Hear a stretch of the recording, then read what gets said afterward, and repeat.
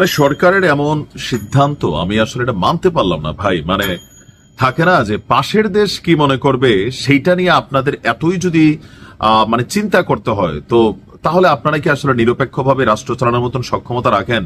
এই ইন্টেরিম আসলে কতটা মেরুদণ্ডহীন আমার কাছে এটা মনে হইলো ভাই। রাগ হইেন না, কারণ একজন মানুষের কথার মধ্যে অনেক কিছুই থাকবে। আপনি যেটা ভালো সেটা গ্রহণ করবেন, যেটা খারাপ সেটা বর্জন করবেন। এখন ডক্টর ইউনূস নিজে দায়িত্ব থাকাকালীন যত কথা বলে যাচ্ছেন সরকার পরিবর্তনের সাথে, ওনার এই কথায় যদি কেউ আমল করা শুরু করে পরে দোষ দেয় যেটা ডক্টর ইউনূসের কথা শুনে আমি ইনফ্লুয়েন্স হয়েছি, তাহলে কি ডক্টর ইউনূসকে গ্রেপ্তার করা হবে? আইনিটা কি সঠিকভাবে মেনে নেওয়া উচিত?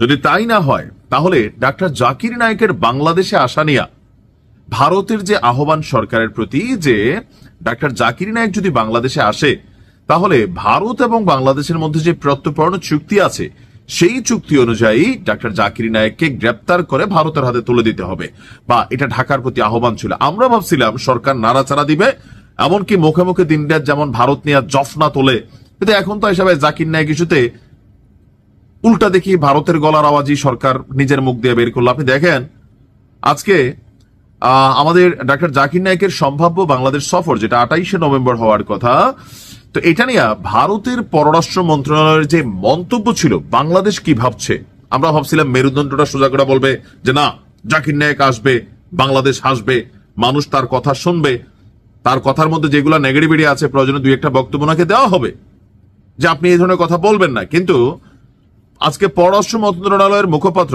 SM মাহবুবুল আলম তিনি যেই বক্তব্য দিচ্ছেন, তিনি আপনার গণমাধ্যমকে বলছেন যে ভারতের পররাষ্ট্র মন্ত্রণালয়ের মুখপাত্র একজন বিশিষ্ট ইসলামী স্কলার বা ধর্মীয় ব্যক্তিত্বের সম্ভাব্য বাংলাদেশ সফর নিয়ে যে মন্তব্য করেছে তা বাংলাদেশের নজরে এসেছে। তো বাংলাদেশ সরকারের সিদ্ধান্ত কি হবে ওনার পরের লাইন থেকে বোঝা যায়। ওনার বক্তব্য হচ্ছে, আমরাও বিশ্বাস করি, যে কি বিশ্বাস করেন, কোন দেশের অন্য দেশের কোন অভিযুক্ত বা পলাতক ব্যক্তিকে আশ্রয় দেওয়া উচিত নয়। তো এখন এটা দ্বারা তিনি কি বুঝাইলেন, যে শেখ হাসিনাকে ভারত কেন আশ্রয় দিচ্ছে এটা উচিত না, নাকি ডাক্তার জাকির নায়েকের বাংলাদেশে আসন্ন সম্ভাব্য সফর নিয়ে সরকারও এরকম ভাবতেছেন? আমরা আসলে ক্লিয়ার হইলাম না। তবে কথার মধ্যে পুরাটাই প্যাস। কেন ভাই সোজা কথায় বলতেন যে ভারত আমরা তোমার কথা কেন শুনবো, যেহেতু তোমরা আমাদের কথা শোনো না আমরাও তোমাদের কথা শুনবো না। বাংলাদেশে জাকির নায়েক আসবে, দেশের মানুষ তার কথা শুনবে, তিনি এখানে এসে উস্কানিমূলক কোনো কথা না বললেই হয়েছে। ওনার সফর নিয়ে সরকারের মধ্যে আমাদের পররাষ্ট্র উপদেষ্টা তৌহিদ ভাই বললেন যে উনি নাকি জানেনই না, গণমাধ্যমের কর্মীদের মুখের থেকে তিনি শুনলেন। আজকে পররাষ্ট্র মন্ত্রণালয় থেকে বলা হলো আমরাও বিশ্বাস করি যে কোন দেশের অন্য দেশের কোনো অভিযুক্ত বা পলাতক ব্যক্তিকে আশ্রয় দেওয়া উচিত নয়। তারপর তিনি বলছেন এছাড়া তিনি আর তেমন কোনো মন্তব্যই করেন নাই। এখন এই মন্তব্য নিয়ে আমরা আসলে কোনটা মানে শিওর হব যে সরকার কি জাকির নায়েককে আনতে চাচ্ছে নাকি চাচ্ছে না, অনুমতি কি দিবে নাকি দিবে না? এখানে কেন এই রহস্যজনক খেলা? আমার কাছে স্পষ্ট মনে হচ্ছে আমাদের দেশেরও এক শ্রেণীর ধর্ম ব্যবসায়ী আলেম যারা আছেন, মানে জাকির নায়েক তো অনেক কথা বলে দেশের মানুষের কাছে ধর্মীয় কুসংস্কার, গোরামি, পীরতন্ত্র, এই তন্ত্র, এই বাবা ওই বাবা, অনেক বেদাত তিনি আসলে এই সমাজ থেকে দূর করে দিচ্ছেন। তো এখন উনি আসলে আবার এদের ভাই ধরেন প্রচন্ড গাজালা। আওয়ামী লীগ সরকারের সময় একটা গ্রুপ দাঁড়াই গেছিল যে জাকির নায়েক বাংলাদেশে আসলে এয়ারপোর্ট ব্লক হবে, এরা রাস্তায় শুয়ে যাবে। ভাই তোরা শুয়ে যা, সমস্যা নাই, আমরা উপর দিয়ে সেনাবাহিনীর বুলডোজার চালাই দিব, কোনো সমস্যা নাই। কারণ এই ধরনের জিনিসগুলোকে প্রশ্রয় দেওয়ার সুযোগ নেই।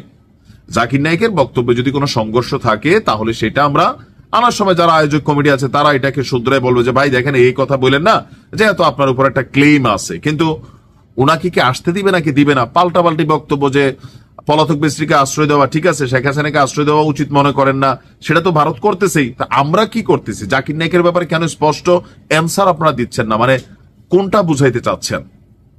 এটা তো নতুন নাটক বা একটা খেলা শুরু হয়ে গেল ভাই।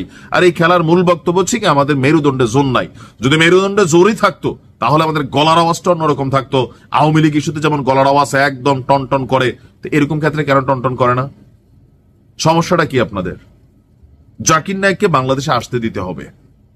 আমার মতন কোটি কোটি ভক্ত জাকির নায়েকের এই দেশে আছে। হয়তো আমরা ভালো মুমিন মুসলিম না, কিন্তু আমরা শিখতে চাই, জানতে চাই। ভালো থাকুন।